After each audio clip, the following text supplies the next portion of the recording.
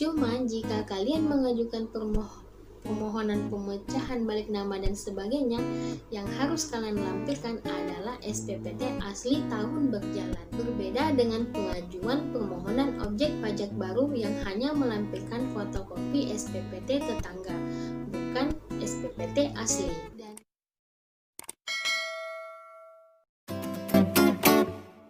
Assalamualaikum warahmatullahi wabarakatuh. Welcome back to my video. Melanjutkan video sebelumnya, di info kali ini saya akan memberikan sedikit penjelasan mengenai cara pengisian formulir permohonan pajak.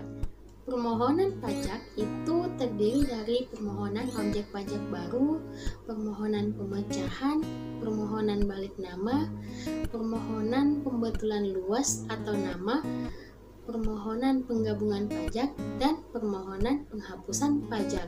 Formulir permohonan pajak yang akan saya jelaskan adalah formulir yang dikeluarkan oleh Badan Pendapatan Daerah Kabupaten Luwu, Sulawesi Selatan. Jadi, formulir permohonan pajak ini tidak menjamin akan sama dengan formulir permohonan pajak yang ada di kabupaten kalian atau kabupaten lainnya. Tapi kalian tidak perlu khawatir dalam pengisiannya, karena kurang lebih hampir sama cara pengisiannya dengan formulir permohonan pajak yang ada di daerah saya.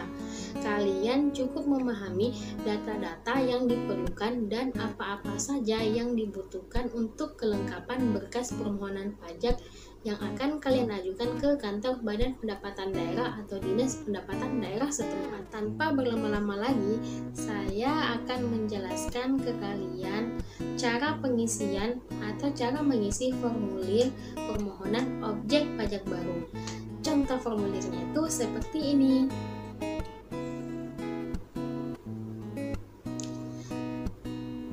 Nah, ini adalah formulir permohonan objek pajak baru. Seperti yang kalian lihat, di bagian atas formulir terdapat yang namanya kop surat atau kop formulir yang ditujukan kepada Kepala Badan Pendapatan Daerah Kabupaten Luwu serta alamatnya. Terus, terdapat lampiran dan perihal. Perihal di sini tertulis permohonan pendaftaran objek pajak atau subjek PBB tahun. Di sini kalian harus tulis tahun berapa yang akan kalian buatkan SPPT. Misalkan sekarang yaitu tahun 2020.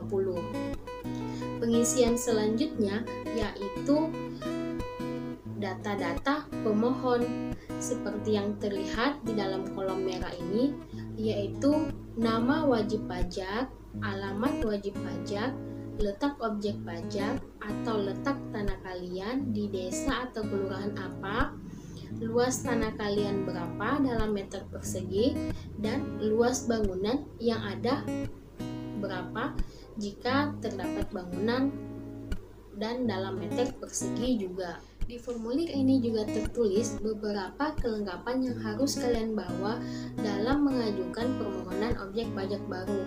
Kelengkapannya itu seperti fotokopi KTP, kartu keluarga, atau identitas lainnya. Kedua yaitu SPOP dan LSPOP. Ketiga, fotokopi bukti kepemilikan tanah seperti sertifikat, akta jual beli, dan lain-lainnya. Fotokopi SPPT tetangga. Dan berkas permohonan objek pajak baru ini menggunakan map kuning. Ya, map ini hanya penanda berkas yang kalian ajukan itu adalah permohonan objek pajak baru yang nantinya akan dikerja oleh petugas pajak. Di bagian bawah tertulis tanggal pembuatan formulir ini. Di kolom merah terlihat nomor, di situ adalah nomor dari desa atau kelurahan setempat. Dan mengetahui kepala desa atau kelurahan dan juga bertanda tangan pemohon atau wajib pajak. Dan pengisian selanjutnya yaitu mengisi lembar SPOP, surat pemberitahuan objek pajak, dan LSPOP, lampiran surat pemberitahuan objek pajak. Biasanya pengisian lembar SPOP dan LSPOP ini kalian itu akan dibantu oleh petugas pelayanan pajak. Nah, contoh lembar SPOP-nya seperti ini. Terlihat di lembar SPOP ini ada bagian yang berwarna abu-abu dan putih. Yang berwarna abu itu akan diisi oleh petugas pelayanan pajak, seperti nomor formulir, jenis transaksi, nomor objek pajak, NOP bersama, NOP asal, nomor SPPT lama, zona nilai tanah, dan di bagian belakang lembar SPOP ini itu terdapat identitas pendata.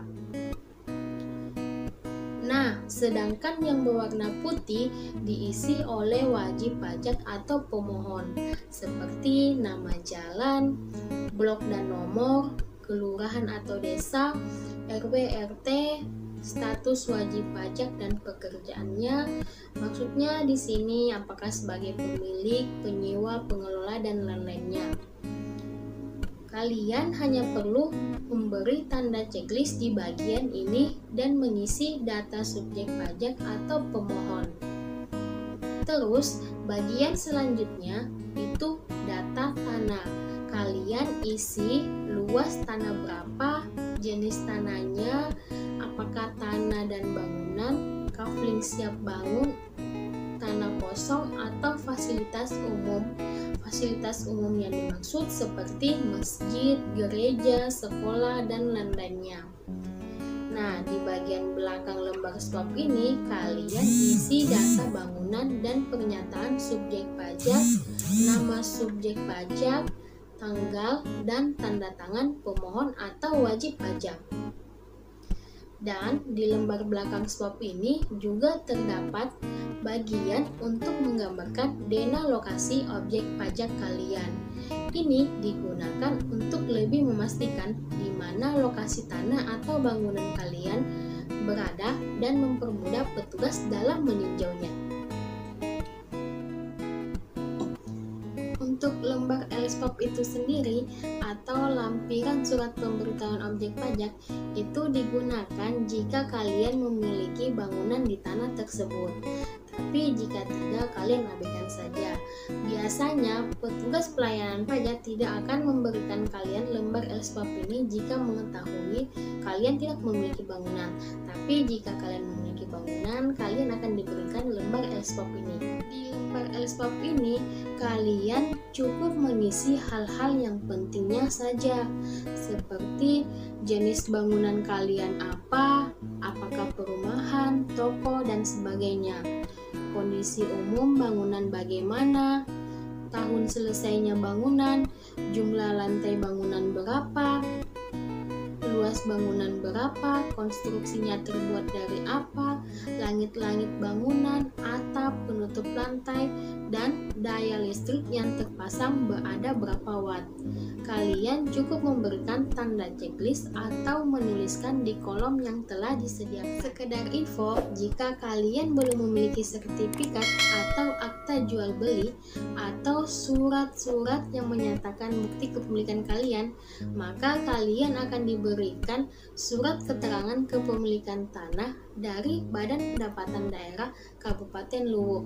Surat ini itu digunakan untuk menyatakan bahwa tanah tersebut adalah milik kalian. Contoh suratnya itu seperti ini. SKKT atau surat keterangan kepemilikan tanah ini kalian isi juga sebagai berkas atau bukti kepemilikan tanah kalian. Bagian atas terdapat kop surat, sudah jelas pemerintah Kabupaten Luwu, Badan Pendapatan Daerah, dan alamat. Nomor ini diisi oleh petugas yang ada di kecamatan atau nomor surat keluar dari kecamatan. Terus, kalian harus mengisi data-data wajib pajak atau data pemohon seperti nama, jenis kelamin, tempat tanggal lahir, dan alamat. Tertulis benar-benar adalah pemilik tanah seluas berapa meter persegi yang terletak di dusun lingkungan apa, desa atau kelurahan apa, kecamatan apa, Kabupaten Luwu. Selanjutnya, kalian juga harus mengisi batas-batas tanah kalian. Sebelah utara berbatasan dengan siapa atau apa, misalkan sawah atau kebunkah, dan seterusnya. Jangan lupa tulis tanggal dibuatnya SKKT tersebut. Mengetahui dan bertanda tangan camat setempat dan kepala desa atau lurah setempat yang bermaterai 6.000. SKKT ini tidak bisa kalian gunakan di tempat lain selain di kantor Bapenda Kabupaten Luwu. Jangan sampai kalian berpikir SKKT ini adalah pengganti sertifikat. Bukan ya. Untuk pengisian formulir pemecahan balik nama dan lain-lain sebagainya itu kurang lebih hampir sama. Juga menggunakan SPOP dan LSPOP, fotokopi KTP, kartu keluarga, identitas lainnya, dan bukti kepemilikan tanah. Cuma jika kalian mengajukan permohonan pemecahan balik nama dan sebagainya, yang harus kalian lampirkan adalah SPPT asli tahun berjalan. Berbeda dengan pengajuan permohonan objek pajak baru yang hanya melampirkan fotokopi SPPT tetangga, bukan SPPT asli. Dan juga jika kalian mengajukan permohonan pemecahan balik nama dan sebagainya, kalian harus mengecek tunggakan tahun-tahun sebelumnya. Ini dimaksudkan untuk menghindari tunggakan yang berlebih, memudahkan petugas pelayanan pajak dalam memproses berkas pengajuan permohonan pajak kalian, dan tidak menyulitkan kalian jika suatu saat atau esok harinya kalian ingin menjual tanah kalian ke siapapun. Maka tunggakan-tunggakannya itu sudah clear, sudah selesai. Bagaimana?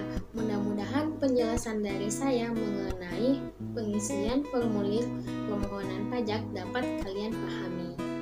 Walaupun ada pertanyaan atau kritikan, silakan komen di kolom komentar. Mudah-mudahan saya dapat memberikan jawaban yang memuaskan. Semoga video kali ini bermanfaat untuk kalian dan menjadi berkah buat saya. Terima kasih.